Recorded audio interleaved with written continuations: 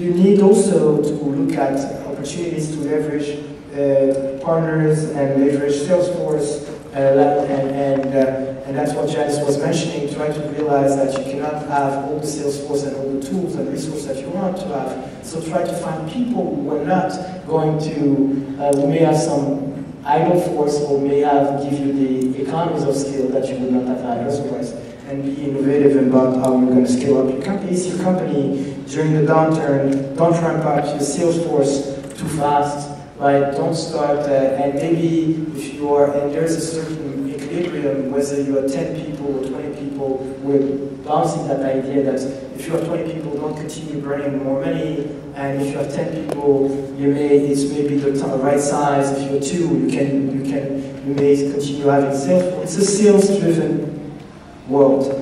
If you have revenues, I don't know any entrepreneurs in the past 25 years I've been doing this business. I don't know any entrepreneur who's the CEO of a company, which works well, who tells me that he had a problem because of revenues. When you have revenues, you solve most of your problem. Right? When you have people who are not productive in sales, do me a favor. This is a very one thing which you will have a very hard time to do.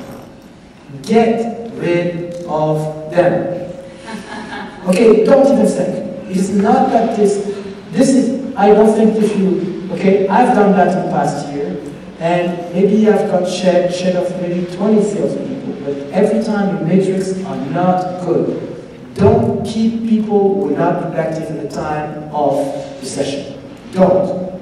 You would rather work with 5 people who are productive than with 20 people, 15 of them are useful but not productive. This is not the time for mercy. This is not the time for kids. There's no crying babies in this world. Right? And your shareholders and your board will not forgive you if you don't make those tough decisions. People either sell or die.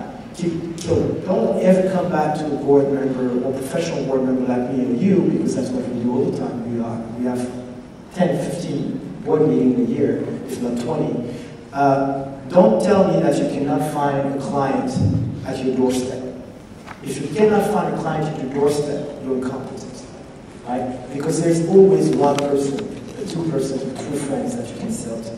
So during this recession and the next year, the 200 companies that we have elected to be the Red 205 last year, because we want to protect our brand and want you to be successful, I'm asking you to forget about mercy.